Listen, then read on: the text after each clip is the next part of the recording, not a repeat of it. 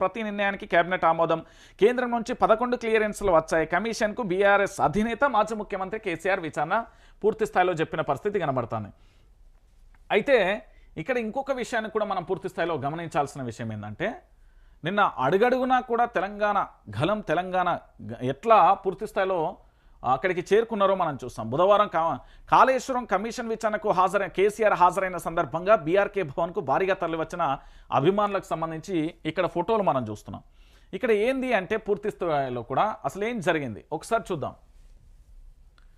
తెలంగాణ కోసం పల్లె తిరిగిండు, గడప గడప పోయిండు, ఉద్యమాన్ని ఉరికించిండు, పల్లె నుంచి ఢిల్లీ దాకా కొట్లాడిండు, ప్రతి రాష్ట్రం తిరిగిండు, ప్రతి పార్టీని కలిసిండు, మద్దతు కూడగట్టిండు. నాడు తెలంగాణ కోసమే శ్రీకృష్ణ కమిషన్ ముందు పోయిండు, దశాబ్దాలుగా జరిగిన ధగను సాగునీటి గోడును విన్నవించిండు. నేడు అదే తెలంగాణ కోసం కాళేశ్వరం కమిషన్ ముందుకు వచ్చిండు.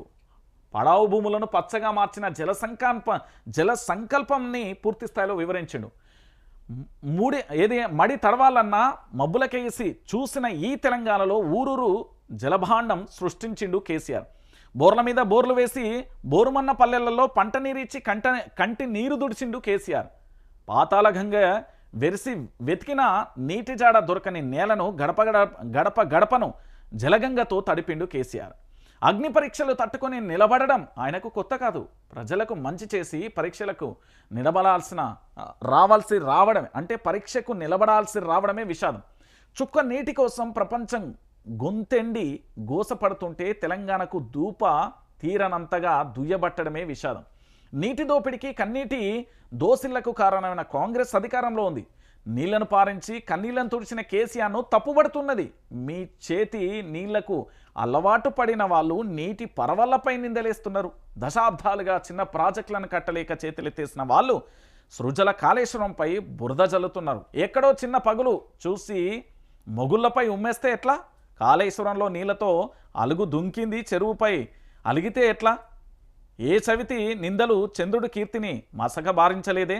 ఏ నీళ్ల పని నిందలు చంద్రశేఖరుడి ఖ్యాతిని తగ్గించలేవు. ఇది కేసీఆర్ యొక్క గొప్పతనం.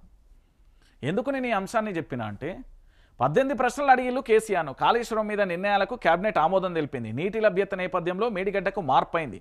కేంద్ర సంస్థల నివేదికల ఆధారంగా నిర్ణయం తీసుకున్న జస్టిస్ పీసీ ఘోష్తో తేల్చి చెప్పిన మాజీ ముఖ్యమంత్రి కేసీఆర్.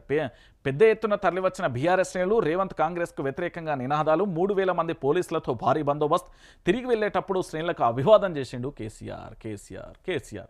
ఇది తెలంగాణ రాష్ట్ర వ్యాప్తంగా నిన్న సంచలనంగా మారింది.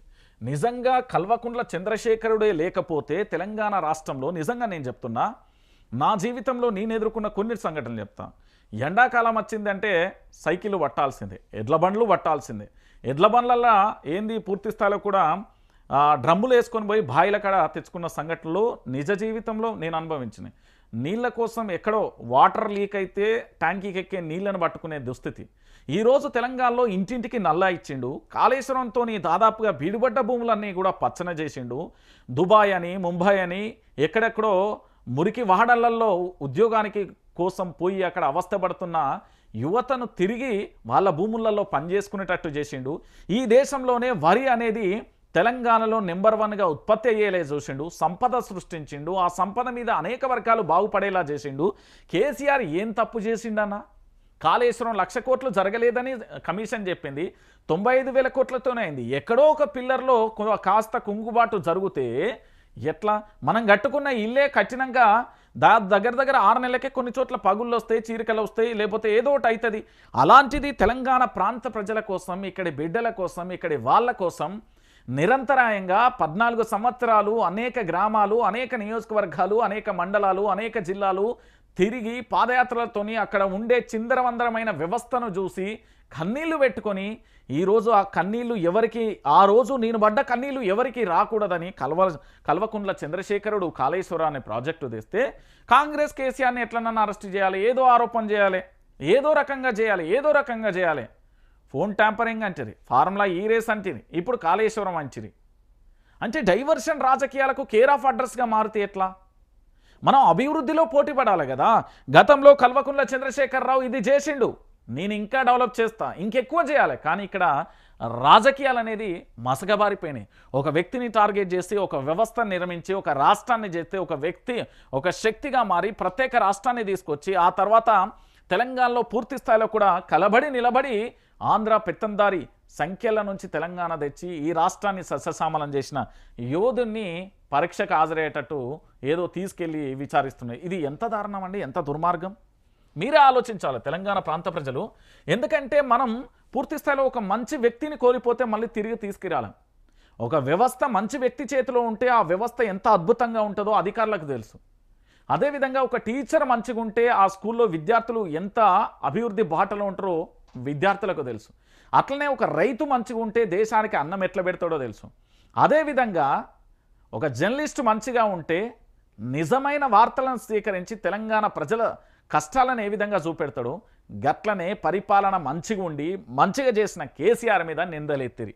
ఇక ఏమందాం, విచారణకు హాజరైండు, అనేక ఆరోపణలు అనేక రకాలుగా ఇక వాళ్ళకు నచ్చినట్టుగా వాళ్ళ వార్తాపత్రికలలో వాళ్ళ ఛానళ్లలో ఇష్టం వచ్చినట్టుగా రాతలు రాసి తెలంగాణ జాతిని తెలంగాణ ఖ్యాతిని తెలంగాణ ప్రాంత ప్రజలను ఇబ్బంది పెట్టే ప్రయత్నం చేశారు.